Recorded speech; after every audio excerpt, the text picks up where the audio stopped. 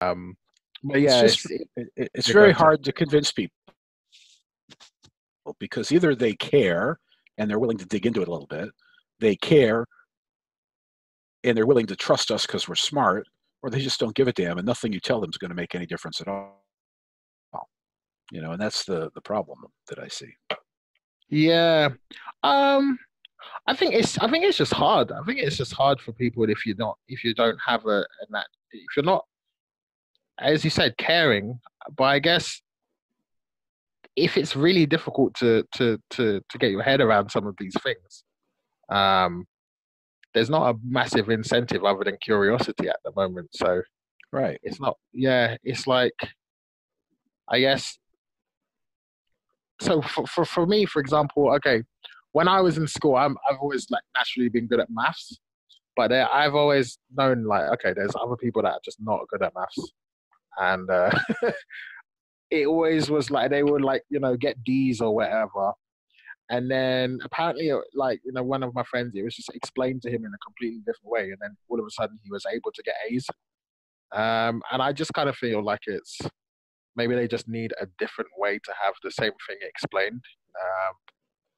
Because yeah, I don't think they're completely uninterested most of the time. I think it's just the jump that basically it's very difficult to learn if it's not given to you in a couple of different forms. So you've got that one or two different routes to go, and if you don't get it, then that's it. So yeah, and then the trust, because the thing is, there is then about trust, and if you don't understand it, then if there's no trust, or if you do get dodgy scientists paid off to do whatever, um, then yeah, the whole kind of system in the name of science kind of fails.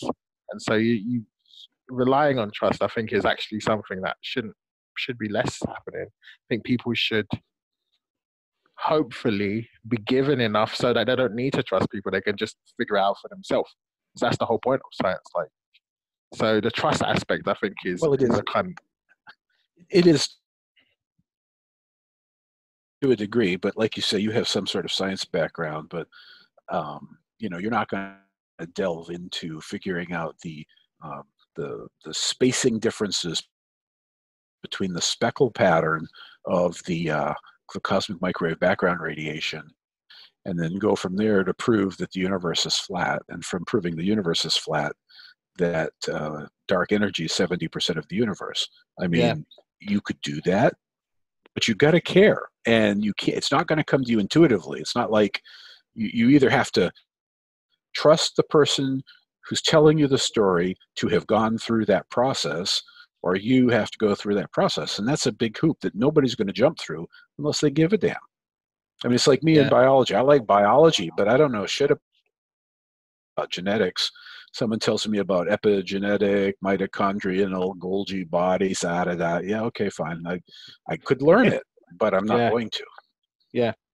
But you follow the rationale, right? Like if someone explained something to you and gave you a sequential kind of logic to follow, if their kind of logic came undone, at least you'd be able to go, that doesn't really make sense based on what you've said.